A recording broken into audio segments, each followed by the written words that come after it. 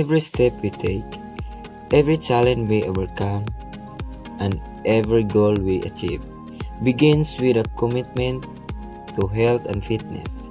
Through PathFit, we learn a value of discipline, teamwork, and a healthy lifestyle.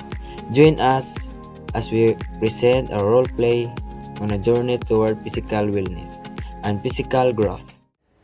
Hi, my name is Janre P. Bangkel. Hi, my name is Jan Allen E. Amora. I am Joshua M. Bagdan. My name is Jan Rosel Godin. Hi, my name is Janihin Kago. My name is Riman Gonzales. Hi, my name is Jose Pardo. And we are from Group 1.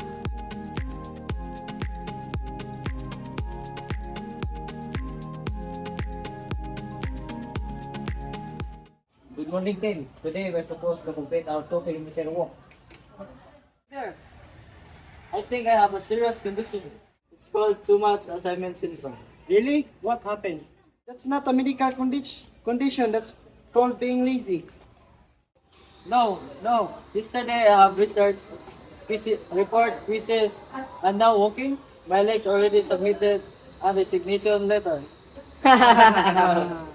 Bagtong claims both legs resigned.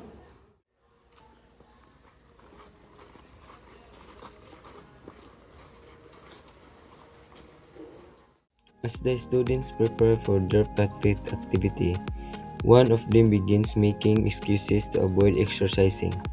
This leads the group to discuss a smarter and more effective way to stay motivated through innovation. Instead of complaining, let's think of a better solution. What if we try something different instead of making excuses? Wait, why don't we use innovation? Innovation, like inventing a robot that works for Bagtong. Yes, that's the innovation I support. Wow, it even counts our step and shows how far we walk. Wait, so I actually have proof if I walk. Exactly. Never mind, I suddenly like innovation anymore.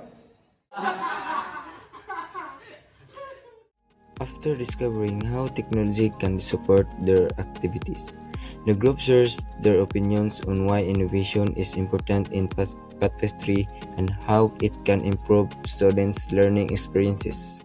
Here's our first discussion question. Do you think innovation is necessary in PathFit 3? Why or why not? Absolutely, innovation makes PathFit more exciting. Instead of only doing the same routines every week, we can join fitness challenges, use work apps, and monitor our improvement. It also keeps students motivated because we can actually see our progress instead of guessing. Innovation also helps students with different fitness levels because activities can be adjusted based on their abilities. I write that down. Innovation improves learning, encourages participation, and helps everyone achieve better fitness. Honestly, if my phone tells I may only walk 500 steps, I know I can fool myself anymore. Exactly. Innovation isn't about avoiding exercise. It's about making physical education smarter and more effective. The discussion continues with another important question. Can technology completely replace traditional physical education? Let us hear their thoughts. Of course. Imagine, you stay at home, I watch a workout videos while eating potato chips. Hey, bro, Bagtong, that's not definitely exercising. Technology can guide us, but it cannot replace actual movement. Sports teamwork, discipline to those experiences happen when people participate together. A fitness app can measure your performance, but it can't play basketball or volleyball for you. Technology is a great partner, but real physical activity is still the most important part of PathFit.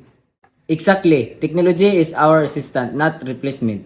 Instead of simply talking about innovation, the students now demonstrate its practical application by using technology to monitor and improve their physical activity. Let's prove it.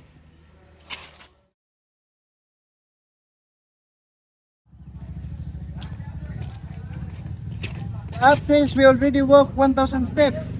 My heart rate is increasing, but I feel stronger. I'm recording everyone's progress. We can compare our improvement next week. Wow, it's definitely fun seeing everyone's progress. Wait, I have 300 steps. How is that possible? Because we spent 10 minutes taking selfies. Today, we learned that innovation isn't just about using modern gadgets. It's about improving how we learn and stay physically active.